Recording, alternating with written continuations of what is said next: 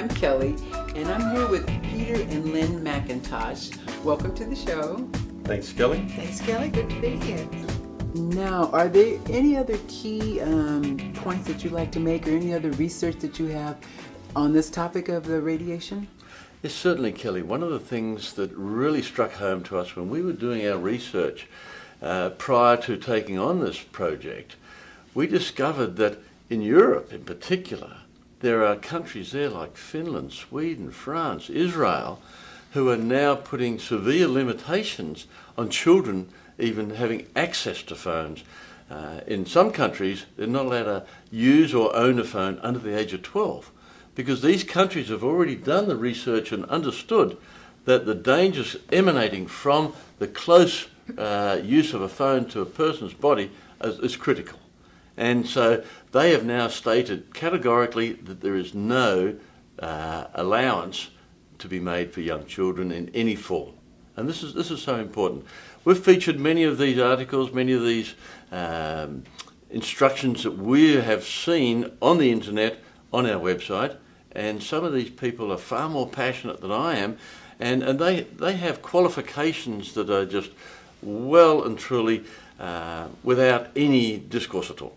You know, they're university professors, they're doctors, they're people that have been there, done that, and seen firsthand the evidence, particularly of children. And Lynn's going to tell you a story shortly about a child in Australia that was featured on 60 Minutes, and that is quite tragic. So, yeah, we have a mountain of evidence and so much research that just shows us, without any doubt at all, that this is an issue that needs to be dealt with in a big way. Sounds... Yeah, we're not saying do without your mobile phone or your cell phone. We'd probably be lynched by every teenager there is in this country and every other country. I think you'd be hard pressed to find a teenager who doesn't have a mobile phone, and one of the best ways of punishing a child now is to take away their mobile phone, and you know, they think their life's come to an end. So mobile phones are great, cell phones are wonderful, you know, as is our microwave, as are many other appliances that we have. But we have to realize the dangerous waves that are coming from these. When we were introduced to the Proton patch last year, we were absolutely amazed. And as Peter's said, we did so much research on it, and it's only now that we're coming into launching our product, because it's only now that we're comfortable and confident that we have the research and the knowledge that has given us the passion to move forward and launch this into the marketplace. And we strongly and firmly believe that with these devices, which we've all started using as part of our lives, with a patch on there, it can at least help with the radiation coming away from them. Kelly, just to enlarge on that, one of the things we see now in schools, and we applaud it, because when our children went to school, they had the most massive, heavy backpacks. They're all going to have spinal problems in the future, I can guarantee that. The textbooks they had to carry were just staggering. Yeah.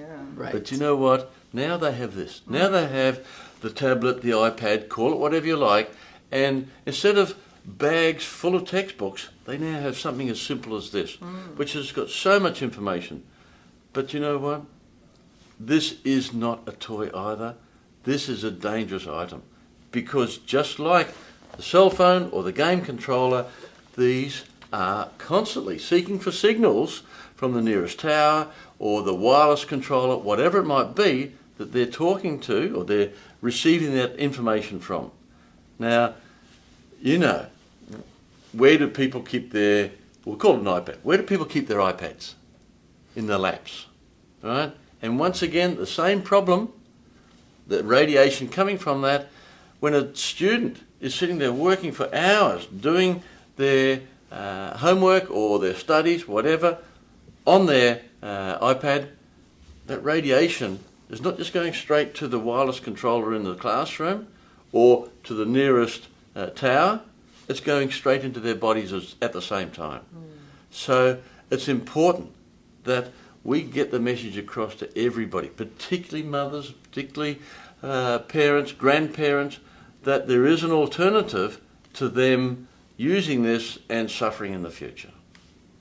Interesting. So the proton patch will allow everyone to continue as they have been and as they're accustomed to, but your proton patch will make it safe. It can be used on any tablet, it can be used on any cell phone. Mm-hmm. What other devices can it be used on?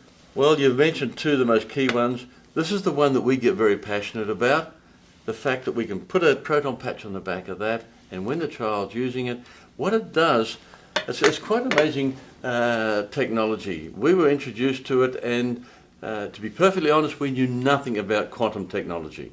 We knew even less about scalar energy, and that's what it is.